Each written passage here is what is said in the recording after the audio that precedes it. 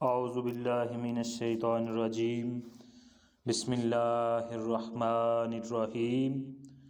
آج کا ہمارا موضوع بخاری شریف کی حدیث نمبر 145 ہے، جبکہ جو 144 نمبر حدیث اس کو چھوڑنے کی وجہ یہ تھی، اس کو چھوڑ اس لیے کہ اس حدیث اور اس حدیث میں مماثلت ہے، مطلب ایک ہی قسم کی جو حدیث وہاں پہ ذکر ہے وہ اس کا حصہ اس حدیث میں بھی موجود ہے۔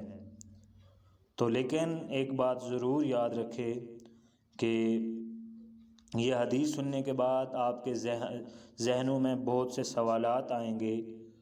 ان سوالات کا جواب حاصل کرنے کے لیے آپ کے لیے یہ ضروری ہے کہ آپ کچھ دیر رکیں۔ جب ہم اس کی تشریح کریں گے تو آپ کے وہ جو سوالات آپ کے ذہن میں آئیں گے وہ سارے کے سارے دور کر دیے جائیں گے، اور بہت ہی اہم سوالات اس کے اندر ہے جو ایک عام آدمی کی سمجھ سے بالاتر ہے۔ اس حدیث میں سب سے پہلی جو چیز ہے وہ کہ فرماتے ہیں کہ لوگ کہتے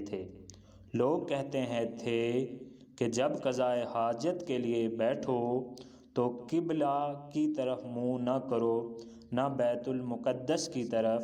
یہ سن کر عبداللہ بن عمر رضی اللہ تعالی عنہما نے فرمایا کہ ایک دن میں اپنے گھر کی چھت پہ چڑھا تو میں نے حضرت محمد صلی اللہ علیہ وسلم کو دیکھا کہ آپ بیت المقدس کی طرف منہ کر کے 2 اینٹوں پر قضائے حاجت کے لیے بیٹھے ہیں۔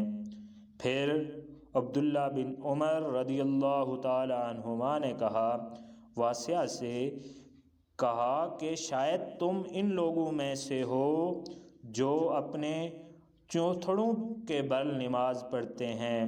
تب میں نے کہا خدا کی قسم میں نہیں جانتا کہ آپ کا مطلب کیا ہے۔ امام مالک رحمہ اللہ نے کہا کہ عبداللہ بن عمر رضی اللہ تعالی عنہما نے اس سے وہ شخص مراد لیا جو نماز میں زمین سے اونچا نہ رہے، سجدے میں زمین سے چپٹ جائے۔ اس حدیث کی آپ کو سمجھ تبھی آئے گی جب اس کی جو تشریح ہے، جو وضاحت ہے وہ کی جائے گی۔ تو اللہ تعالیٰ کی بارگاہ میں دعا ہے کہ اللہ تعالیٰ ہمیں